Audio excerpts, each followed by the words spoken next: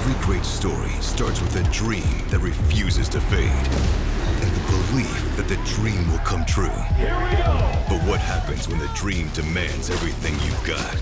When it tests not just speed, but endurance. Not just talent, but sheer willpower. 40 riders, 80 goals to win. 28 rounds, 2 playoffs, and 1 world championship that challenges the best riders from around the globe. This is not just a season, it's a journey, a proving ground. And in the midst of it all, the next generation has emerged. It's go time. Jet, Hunter, Sexton, young, fearless, and fast. But standing in their way are the Titans. Tomac, Webb, Roczen. Names carved into the foundation of this sport.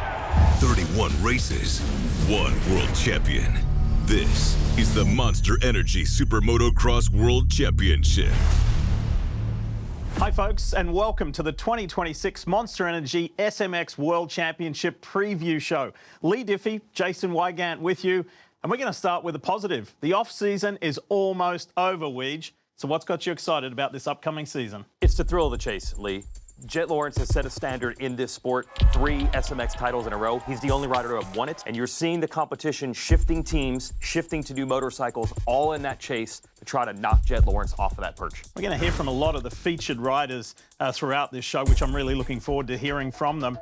We've kind of got this story of change, no change. And what I mean by that, the Lawrence brothers, you raised their names, they stay put at Honda. But there has been a sea of change amongst other riders and teams. Yeah, Jet and his brother Hunter, who were 1-2 in the championship the last 2 years, did stay at Honda. But the legend Eli Tomac, who said he was going to retire multiple years in a row, has decided to not only keep racing, but for a new team with Red Bull KTM. And then Chase Sexton, who might be the biggest thorn in the Lawrence brothers' side the last few years, has made yet another team switch over to Monster Energy Kawasaki. So those 4 alone would be exciting enough, but there's so much talent to talk about. And then we can talk about the rivalry that is coming with Jet Lawrence and Hayden Deegan. Hayden Deegan, we know, will be on a 450 in Pro Motocross.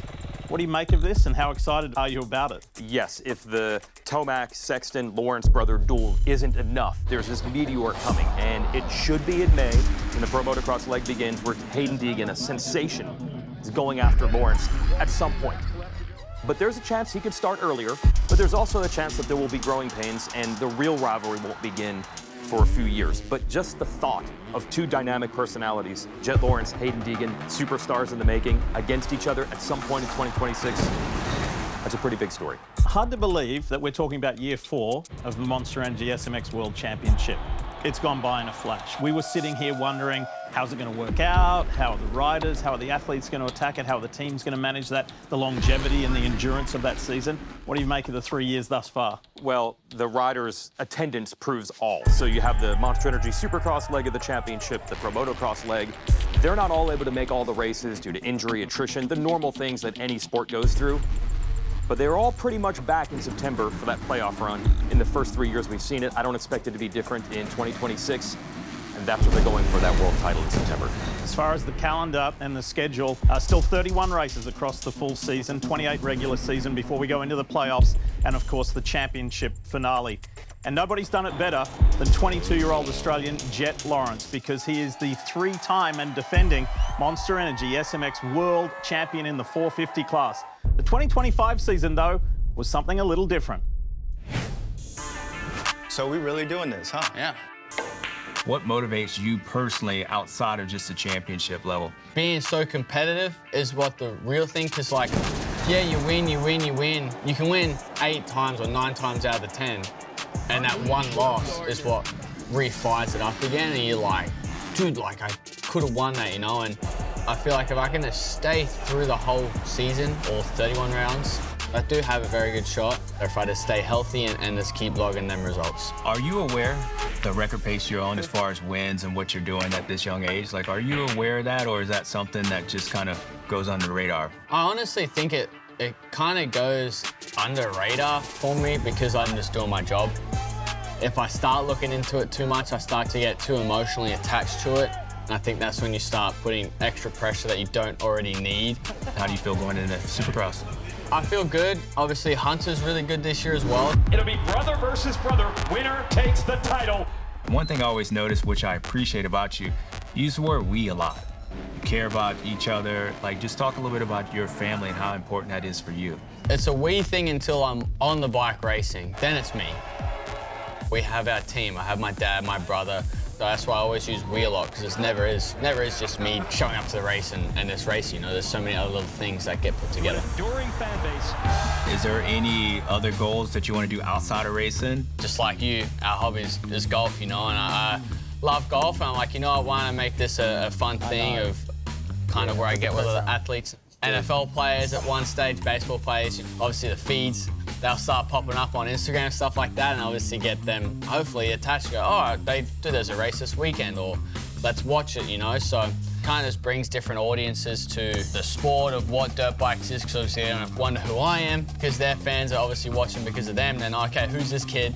All right, what does he do? He says he's an athlete, then they look into dirt bikes, they start watching, and a lot of people that we meet that didn't know about it, we tell them about it, say how it is, show them a video, they're like, oh my gosh, this is amazing. Like, dude, how come I haven't heard of this before, you know? So hopefully it takes off and this makes the sport a little bigger. My last question, and it's pretty simple, expectations. I know what you want, but feel like you got your hands full this year, or you got this? Yeah, I think my hands are full each year with how stacked it is, but I think main big goal was just stay healthy, you know, for all the rounds, make all the rounds. If we can do that, put some good results together, and hopefully we can just walk away with some more championships and hopefully some more wins. Well, good luck this season, kid. Thank you. As a new season draws closer, anticipation is tempered by the reality that everything can change before it begins. On December 20th, Jet fractured his right ankle and foot in a training crash, and the injury will sideline the 10-time AMA champion for 3 months, bringing a pause to his bid to claim a second Monster Energy AMA Supercross title. But this season is longer than one chapter, and Jet's focus will now shift toward defending his Pro Motocross and SuperMotocross World Championship titles later in the year. SMX icons James Stewart, Ricky Carmichael join me now. In the 2025 season, we got to see the depth of his true grit coming back from injury. That happened both to you, and you come back successfully. Did that impress you? It was impressive, but it certainly didn't surprise me. I mean, anything that this guy does, you just expect him to do that. He's just that good, in my opinion. Yeah, no, I agree. I mean, this team around him, he wouldn't be out on the racetrack if he wasn't healthy, and the help of Johnny O'Mara. He knew he has the right team, so I wasn't surprised. I mean, maybe his competition was, but I wasn't. What's going to keep that drive going? What's going to keep that winning way going for him? I believe Hayden Deegan, you know, he understands that this kid is good, but he also understands how good Eli Tomac and Chase Sexton. So there's always obstacles, but, you know, you got to look in the rearview mirror. You see Hayden Deegan coming. Yeah, 100%. Each season has a new challenge, and Hayden Deegan, I think we all can see that that manifesting for sure. So it's going to be fun to watch, but there are other guys he needs to keep his eye on. The guys mentioned Hayden Deegan. We'll hear from Hayden when we come back, and the legend, Eli Tomac. The Monster Energy SuperMotocross World Championship season is brought to you by Monster Energy, proud partner of the Monster Energy SuperMotocross World Championship, and by Insta360. Get the whole shot with X5.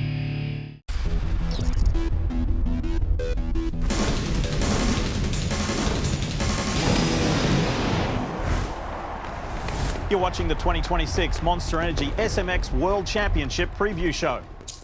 Welcome back, folks. Lee Diffie with you here. We're living and enjoying a very special time in this sport with two brothers at the very top of the SMX Premier class and doing so well. We've already heard from Jet Lawrence. Now it's time for older brother Hunter. We talk about guys like Eli Tomac, Jet Lawrence, your brother. We don't really talk about Hunter Lawrence, but for a guy as good as you are, do you feel like you're kind of sliding underneath the radar and maybe a little disrespected, or no? Not disrespected. I definitely think under the radar, which is fine by me. I don't really do a lot of things to put myself out in the spotlight. You know, I'm not one that wants to be the center of attention and like, hey, look at me, talk about me. Like, I don't really care about that. Like, I'm just doing my job.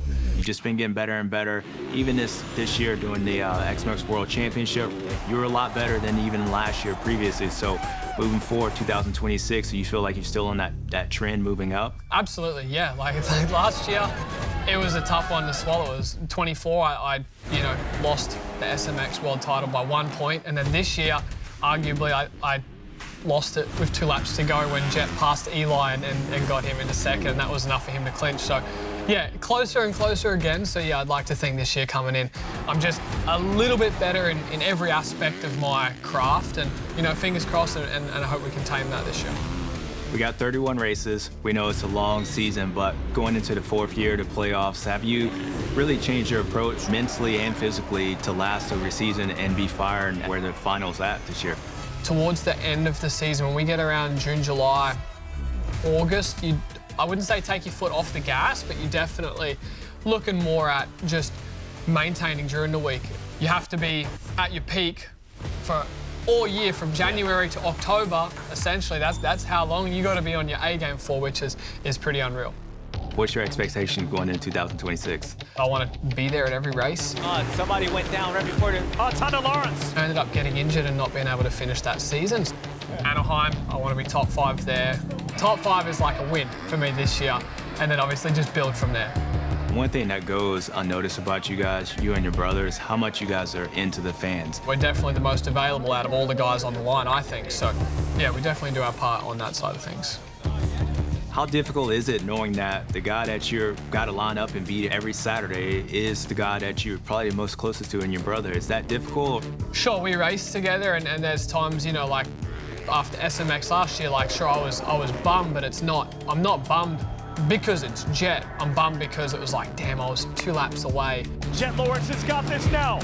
And for the 2nd year in a row, he's going to rip it away from his brother. Don't ever get it confused that like, oh, I'm mad at my brother, I want him to feel bad. It's just normal for us. We're co-workers. Yeah. Well, Christian joins James and myself to talk further about Hunter Lawrence. What is it that impresses you most about him? Is it his resilience? Is it that underdog tag that he has, but he kind of relishes that? Yeah, and you would think how they came in a career. It was all about Hunter Lawrence. Jet was an afterthought, and then injuries played him. No more Mr. Nice Guy. I like his resilience. We're coming back from these injuries, and we know how Hunter, he just steadily builds, and he's getting better and better. And being, as you say, under the radar, a little bit kind of an underdog. I mean, he's finished 2nd to his brother the last couple of years. He's definitely a threat. He's a threat and he's ready, I think, right? The first year we saw this kind of sense of achievement getting to that spot, and then 2025 there was this, that could have been mine, and to see that fight in him, Lee, I think that means we're in for a treat here in 26.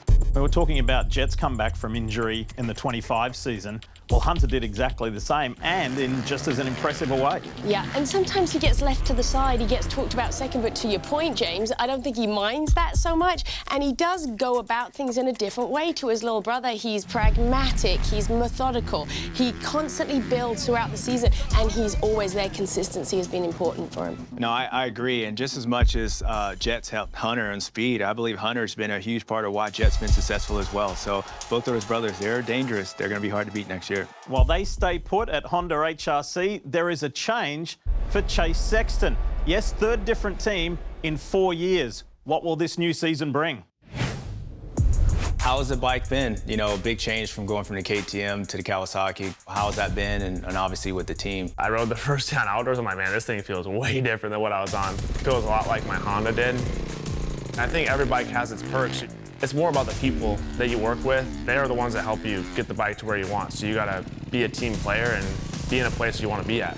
Yeah, well, speaking of that, 3rd team, 4 years. Why is this team gonna be different? I mean, to be honest, I've always wanted to ride a Cowie. In the middle of my KTM contract, they kind of started reaching out, and for me, like, they seem genuine and truthful, and so far, it's been really good. Even if stuff doesn't go great right away, they're always there to say it how it is, and I can grow a relationship with people like that. This team, I know a lot of the guys there. They're still the same guys that I race with, so, they've had some good guys from RC, myself, RV. So is Chase Sexton going to be on that list? That's the plan. They know how to win. It's just been a while for them to get back to their winning ways, so I think they're pretty desperate to get back on top, and hopefully they got to put them there. What have you learned over the last couple of years? I mean, how to be tough is one. Oh, no! I like to think there's been more ups and downs, but I've had some big crashes and whatnot, but, I mean, it's part of the sport, and I think without the failures, I mean, the success doesn't seem so sweet. So I still think when I'm on, there's no one that can beat me. And I think speed-wise, I still have a leg up on guys, and that's something I can use to my advantage. But I think every year I get a little bit more mature. I think if you just improve every year, you can't really go wrong, and that's the goal. Look, you won a Supercross championship, you won an outdoor championship. What would be success next year? I mean, you either win a championship or the year's a disappointment. Like, are you there? Yeah, I mean, that was kind of the deal last year. I won 8 Supercrosses and didn't win the championship, and I pretty much broke down crying after Salt Lake. Outdoor season didn't go the way I wanted. SMX didn't go the way I wanted, and it's the only one I haven't won. So, I mean, it's pretty easy to point at that as something I want to win. I'm capable of winning championships and winning a lot of races, and that's what I expect out of myself. When you look in the mirror, looking toward 2026, what does Chase Sexton see when you look at yourself? Race wins and titles. Chase Sexton, rocking the guy. New team, new bike, so new year, and 2026 got to bounce back.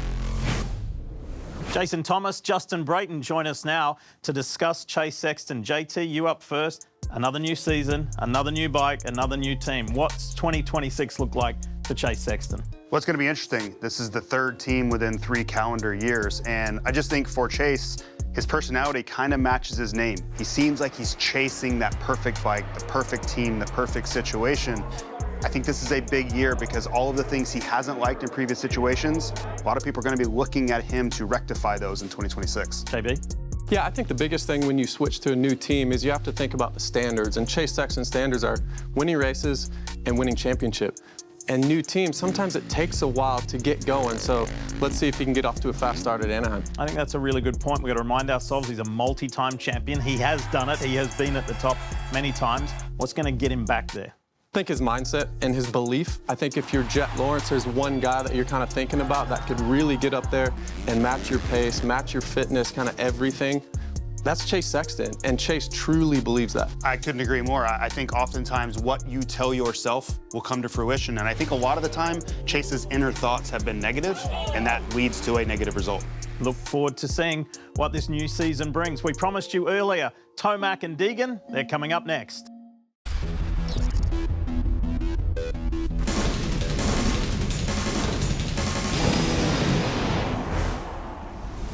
Welcome back. This is the 2026 Monster Energy SMX World Championship preview show. And at the age of 33, the father of 3, Eli Tomac, has been at the top echelon of this sport for so long, and he's not going anywhere. Let's talk about those last few seasons. Obviously, 2022 was a massive success, and then the injuries happened. Tore his Achilles at his home race, 2 races away from being a 3-time Monster Energy Supercross Series champion. Of course, it was difficult. 2023 was totally devastating. I mean, that was basically a championship in the bag, and it got totally taken out of the bag in a flash, in a moment. Something big has happened to Tomac. He is injured. And then 2024, I almost get through the end of the Supercross season there and, break my thumb. 2025 was my leg, so I was like, there's no way I'm stopping. And I felt like I was gonna get back to that high level again. So here I am back, of course, on a new team. Just sitting on the bike for the first time, for me, it just feels right. I still feel like I can get to that level, so I'm like, why should I stop? You rewrite the rules. Nobody's really done this before. You're still winning. Eli Tomac wins in San Diego again! I'm still having fun out there. Like, I love just the challenge of racing everyone and all these new guys. Side by side. Oh man, look at this. It's a nice thing to realize that you can go, into your 30s and be right here in the game. I'm still here. Why Red Bull KTM? Why now? And what is that going to bring to you as a rider? I was at a point with Yamaha where I don't know. It was basically the right time for me to move on. I feel like I fell into an absolutely fantastic seat. We weren't sure if Eli this was going to be his last year, if he was going to continue. But anyway, I reached out. I was happy to find out that he was interested. You have been, as a team, fierce competitors with him over the years. What's that like for you now? For him to be on your side, now you're working together and you get a different view of him, different insight. It's actually pretty crazy, you know, because if you think back more than a decade, his name was always up there. Oh, we got to beat this guy. Man, like, why is he so good? Now the shoe's on the other foot, and having him in our team, like, I want to know what makes this guy so good. Well, working with him, it's pretty transparent why he's good.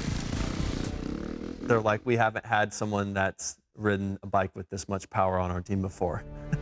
Seeing him on the track and doing this testing with some of the guys saying, listen, this motorcycle is way too fast. There's no one that can ride it. And then we give it to him and he's like, no, you can pick it up. I need a little more.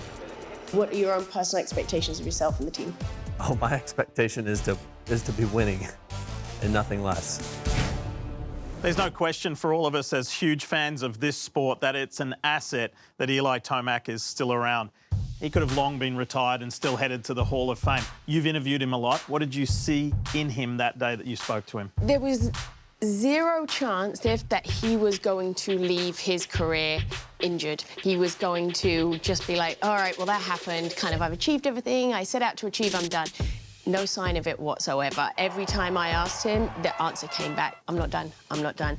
He genuinely believes there is more there, and it doesn't seem to bother him. He said he's 33 years old. It doesn't even seem to bother him. He knows his capabilities. He's very clear about it. What was your reaction, JT, when you found out that he was sticking around?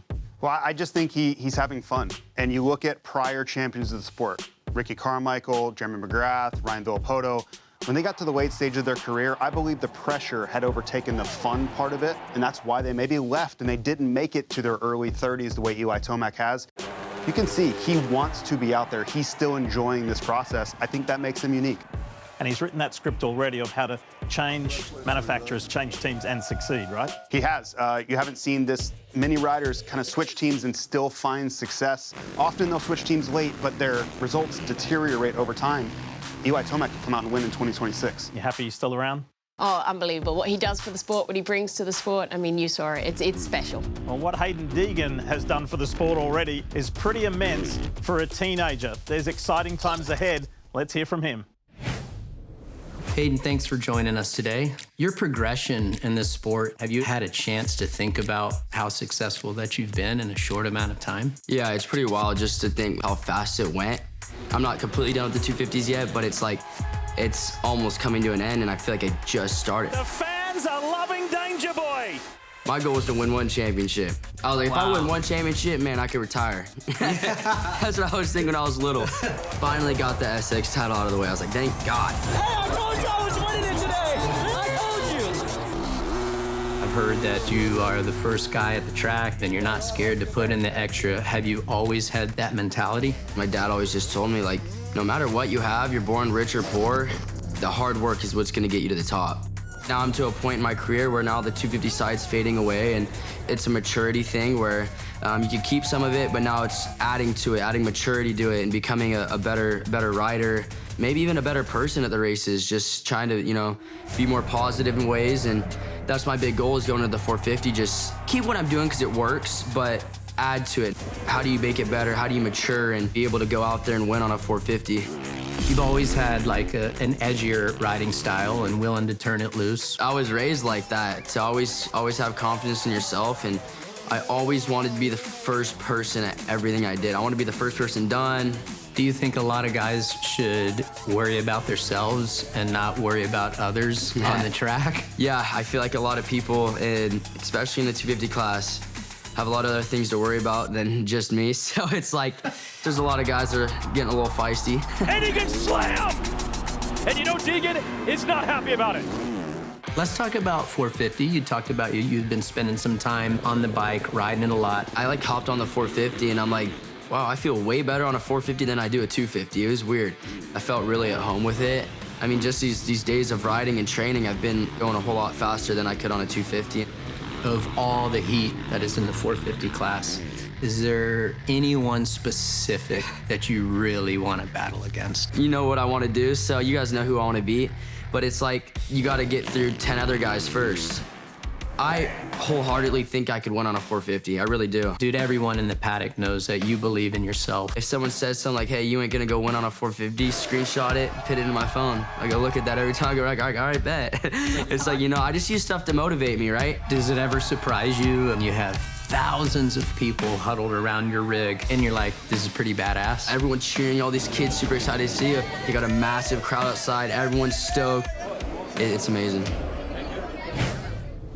On race day at Anaheim 1, we'll all be saying happy 20th birthday to Hayden Deegan. The two of you achieved so much at a young age. What do you like that you see in Deegan at this phase of his life? I love the self-confidence and the self-belief that he has in himself at such a young age. You think about that. I wasn't even close to that. And just how he is able to manage that outside noise. He tells you how it is and gets a lot of flack from it, but it doesn't seem to faze him. No, it absolutely doesn't. And I love his will, you know, really to win. I mean, he had any opportunity to be whatever he wanted in life, but him to pick this sport, and we know how it is, you got to have that hunger to be able to compete at this level. And Hayden has it more than probably any rider out there, including Jet Lawrence, when you look at things, and it's really impressive to see at this young age. All right, Stu, I say the words Hayden Deegan on a 450. Your reaction is? I mean, you see the smile over here. I'm excited just like everybody else is, but I think Hayden has been one of the best to be able to adapt. We saw him do that through his whole career, especially this outdoor season, and he's gonna have to do that competing against the 450 class, but you see them teeth. I'm smiling, Ricky. That's right, and he's been able to do it his whole career, and I have no reason to believe that he can't do it at the premier level in the 450. The anticipation has been there for so long, it's going to be exciting. He listed some of the riders he'll be up against, and one of those is defending Monster Energy AMA Supercross champ, Cooper Webb. You'll hear from Coop when we come back.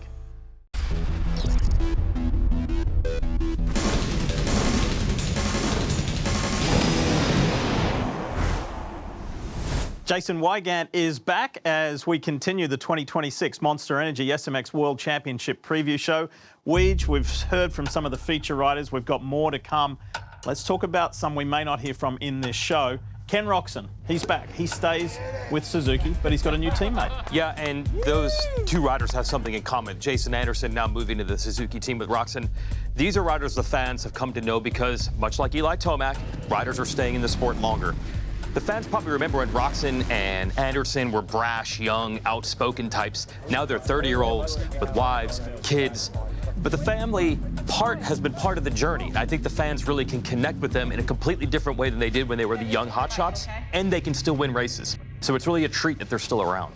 One of the best moments of the 2025 Supercross season was Malcolm Stewart winning his maiden 450 main event, such a high point. He's got a new teammate this year, but from within the same family. Yeah, it's kind of interesting. That's RJ Hampshire, who is a rookie to the Premier 450 division, but a bit of a veteran because he toiled in the 250 class to finally find the consistency to win titles for a long time. So even though Hampshire is new to the class, he's still a bit older, and he's worked with Malcolm Stewart for a long time, so it's a great tandem they have there at Rockstar Husqvarna. Justin Barsha is back and a new manufacturer to the SMX World Championship. Yeah, and you know well the name Ducati, which is dominant on the pavement side of motorcycle road racing. That name entering the dirt now with the SMX World Championship, that speaks volumes that they have focused on this championship. And to pick up a veteran like Justin Barsha, who is also, much like Anderson and Roczen, someone the fans know very well, that's going to draw a lot of attention. In the SuperMotocross playoffs, Joe Shimoda delivered a moment that reshaped the sport as he became the first Japanese SuperMotocross world champion. But with a new season ahead, the question looms, can he deliver again in 2026? Well, speaking of a veteran of this sport who is also a multi-time champion, his name is synonymous with grit and determination and never give up spirit. That's Cooper Webb. Cooper Webb, you're a three-time Supercross champion. When you hear that, what do you think of? Being a kid from North Carolina with just a dream to make it pro and be three-time Supercross champ, it's pretty incredible, and it's crazy, but it's like, now I want more. I want to be a four-time. I mean, you're going to be 30 years old when we start 2026 season. but you're racing the young guys, and then you're also still racing the legends of the sport. And you're still able to win. I mean, that's such an accomplishment in itself. There's definitely times in my career where I thought about hanging it up, right? And the guys that are older than me, you know, I sure wish they'd go ahead and retire, don't get me wrong, but it's fun, man. I think we're truly racing the best group of guys to maybe, you know, ever do it. Obviously with the young Lawrence brothers, you know, they're bringing a whole nother level to the sport. With Chase, Eli, and Kenny, and everyone we have, it is truly, I think, one of the toughest times in Supercross to be able to go out there and win. Your main competitors, a lot of them are switching teams. And you and I both know how difficult it is to learn a new motorcycle, to learn a new team. Does that give you a little advantage going into 2026? I think so. You can't ever doubt anybody, right? They could get on their new motorcycle and be right there ready to go at Anaheim, especially with this level of guys we have. But I do think it takes a few races. It's one thing to go do laps at the practice track, but as soon as you go to a race or a stadium, it changes a lot. So these guys are incredible athletes, but I like where we're sitting right now. Let's talk about family, just life away from racing a little bit. You're married, you've got 2 kids. They come to the racetrack a lot. Do they know what Dad does yet? I think my oldest is finally, Indy is starting to learn what Dad does, and that I'm somewhat important, I guess you could say. There's nothing better when you do well and you're able to hold that trophy, or your daughter runs up and gives you a hug. It's truly special. We always talk about how mentally strong you are. I get fired up over it because I don't think people understand how truly hard it is to mentally go to war, and that's when I get going. So probably not the most normal thing. I should probably go to therapy one day about it, but for the time being, it works well for me. And your competitors know it as well. I think a lot of the guys know in Supercross you can just never count me out. Webb tries to guard the inside. Sexton runs out of room again, and Webb wins Seattle. How much longer you want to do this? I don't know, man. That's a great question, right? I've always said as long as I'm competitive, I want to be out there, and I think for Supercross I'll be very competitive for a few more years. Even at 29, almost 30, I still think I can get better and improve my riding, see where it puts me. And now joined by Justin Brayton and James Stewart to talk Cooper Webb, who is exactly where he wants to be, which is not really getting mentioned in the show until about the halfway point, putting that chip on the shoulder, maybe more therapy in order for him. You race him a lot. We always talk about the physical attributes of champions, but for him, it's the mental side. Do you still see that fire burning? No, there's no doubt, and he said it right there. There hasn't been a back-to-back champion in a long time. He's really, really motivated to go back-to-back. There's no doubt about it. And then just the mental fortitude. I mean, you can hear listening to him how much belief he has in himself. And James, that's hard. You can't teach that. No, you can't. I mean, when you talk about a chip on his shoulder, he's got a testito, you know? It's like a party size out there. And when I think of Cooper Webb, I think of, like, really Bill Belichick. Everything's about, look, all about winning, racing, and it's on the next week. You're not going to get much from him outside of that. Like, on Saturday night, this dude's feisty, and the competition knows that. And Cooper Webb has another Cooper on his team, Justin Cooper, and those two, as teammates, have really worked together to elevate their game. And Justin, in his third full 450 season, is beginning to round into a title contender in his own right. Justin coming off an incredible 2025 SMX World Championship season. You're the #1 seed going into the playoffs. Were you surprised at how well you did in the regular season? Of course. I mean, I did not expect to be, you know, running the red plate, going to the playoffs and all that good stuff. But what it really comes down to is just consistency. I'm known for my consistency. Consistency is key, and you've built a career on it. Yeah, it's gotten me a long way. It has. Unfortunately, didn't have the best start to the SMX playoffs, but overall it was you know, a really good year for me.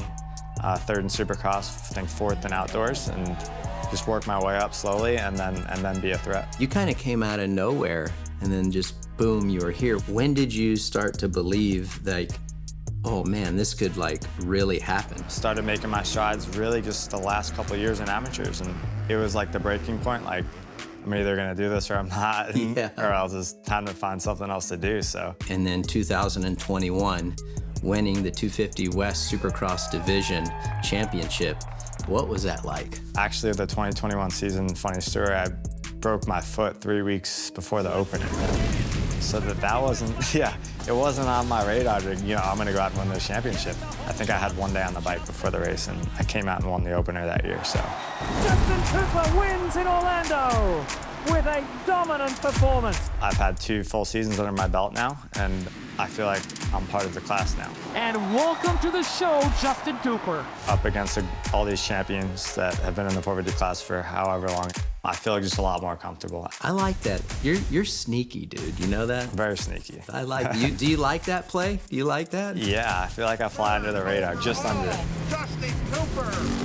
How has the fans been towards you and the reception that you have gotten from the fans? Is it pretty cool? Yeah, we do our fair share of meeting the fans, and then you have the racing side where when the stadiums light up, sometimes I'm not in that battle, but you know, when it gets close, they get loud, and that's always fun. No, you're in that battle, dude. You were the #1 seed in 2025.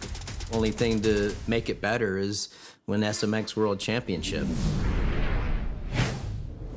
And joined by Ricky Carmichael and Jason Thomas, so many athletes are defined by the highlight reel, the sizzle, the flash. Justin Cooper does it the opposite. He shows up. He doesn't miss races. Consistency is his bag. Yeah, when I think of Justin Cooper, I think he's like sneaky, right? It's like, where did that guy come from? I mean, you think about as an amateur. I never even heard of him basically until he got into Monster Energy Supercross. Look at how well he's done at the premier level. And yeah, man, that guy he's crafty. Do you think he can take the jump, though, JT, to be a race winner and not just a consistent podium finisher? I do. He has so many intangibles. He consistently puts himself in good position, and that is the name of the game in Monster Energy Supercross. And when you couple that with so many of the sprint speed skills he has, if you can clean up a couple of things, he's a guy that could be in championship contention that no one is thinking about. And from a rider who maybe doesn't get enough attention, Justin Cooper, we go to perhaps the most popular rider in the sport, the Cowboy, Aaron Plessinger. We'll talk to him next.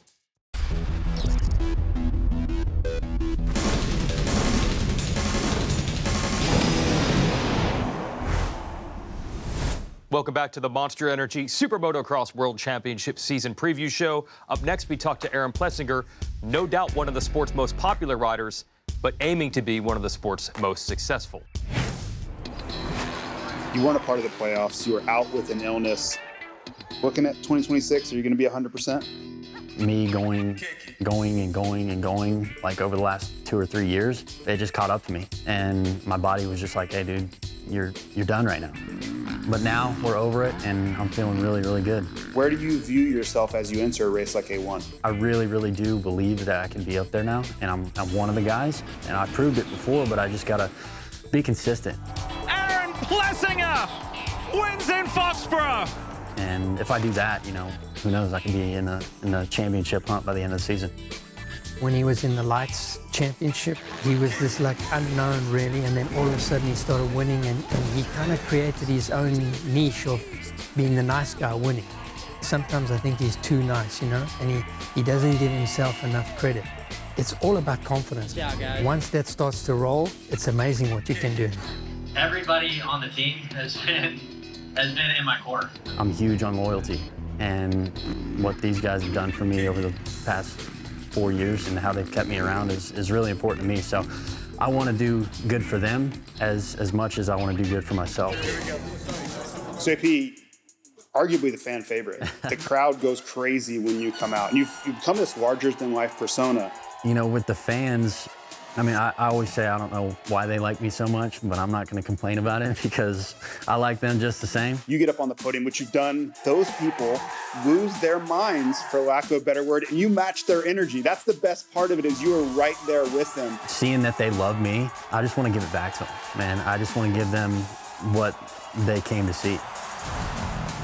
This sport is arguably the most demanding sport in the world.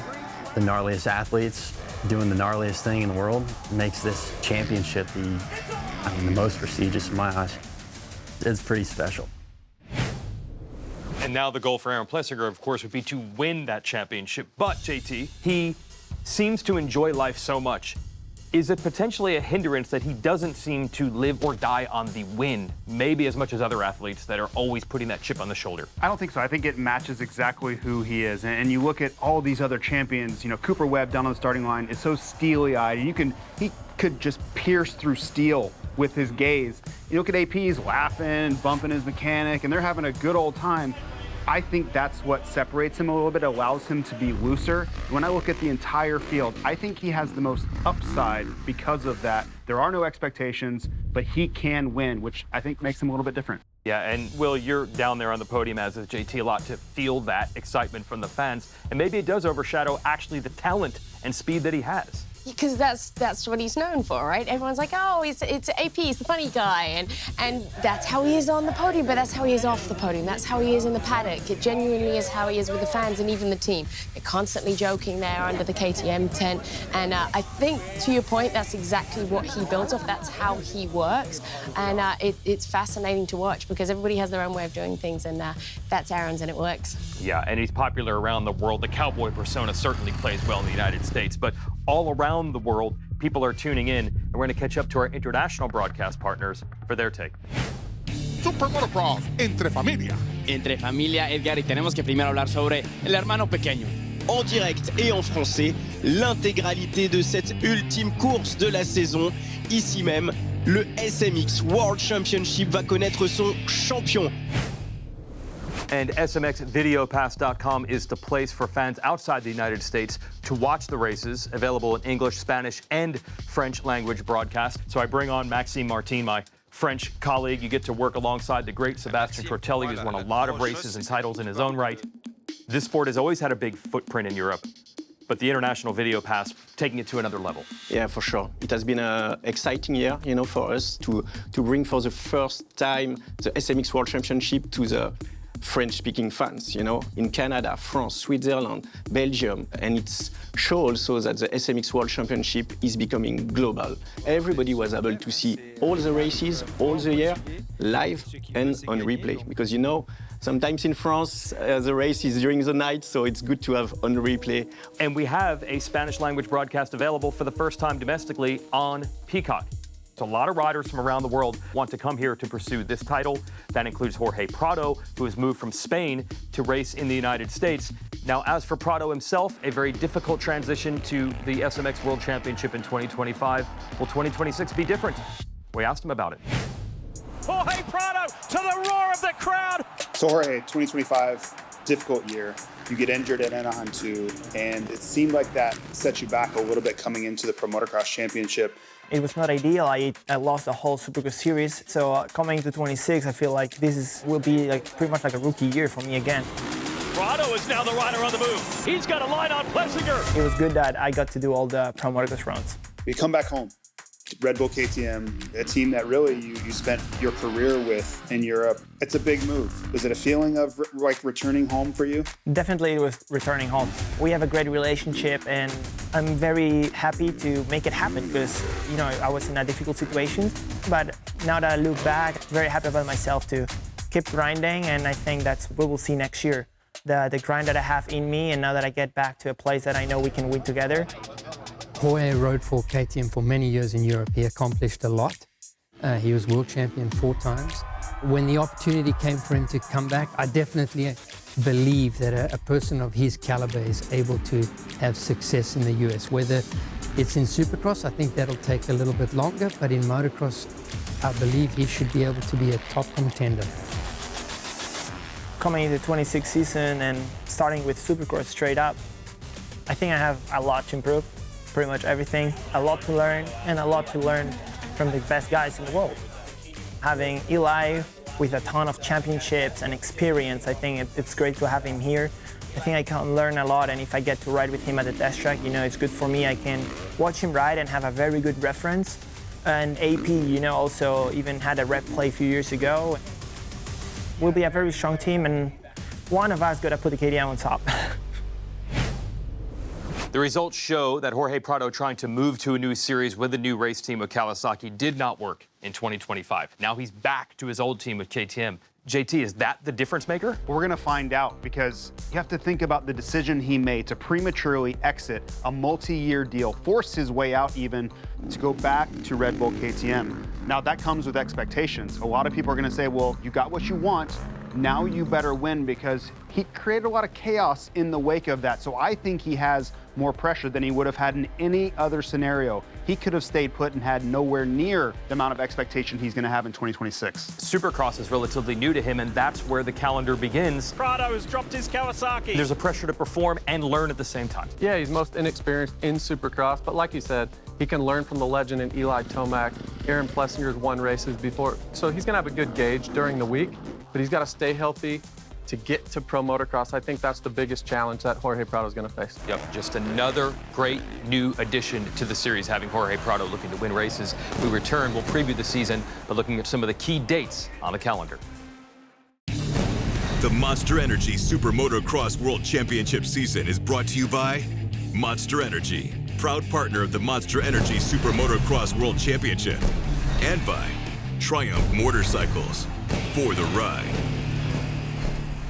So we've highlighted the significant changes, and we've heard from some riders. We look forward to all 31 rounds of the Monster Energy SMX World Championship for 2026. 3 years in, entering year 4, what have you learned about the cadence of a season, and who does it best to last over those 31 rounds? Well, it's interesting because the traditional championships that have been there for a long time, Monster Energy Supercross and Pro Motocross, they remain intact. And when Cooper Webb, for example, won that Supercross title, he was in tears. It still meant everything to him. So we're seeing riders rely on their traditional strengths, and the fans gravitate towards the things they already know, but then we get this added excitement as people try to adapt to different venues, different tracks, a different format, and it's been a winner-take-all finale every year so far. And the athletes realize the prestige of racing for a Monster Energy SMX World Championship. And across the 31 rounds, whether it be Supercross, Pro Motocross, or the SMX playoffs, we have established venues and dates, but excitingly, we have new venues and new dates that we're really looking forward to. A lot of racing and fun in between then and now, and the most important date of all is January 10th, the traditional kickoff at Angel Stadium in Anaheim. A1, we'll see you there. The 2026 season is on the horizon. Here we go. A SuperMotocross World Championship that pushes riders to their limits and beyond. It's a whole new era for this sport. A season of new ambitions, new rivalries. The future is rising. The past isn't done fighting. The next era is set to begin.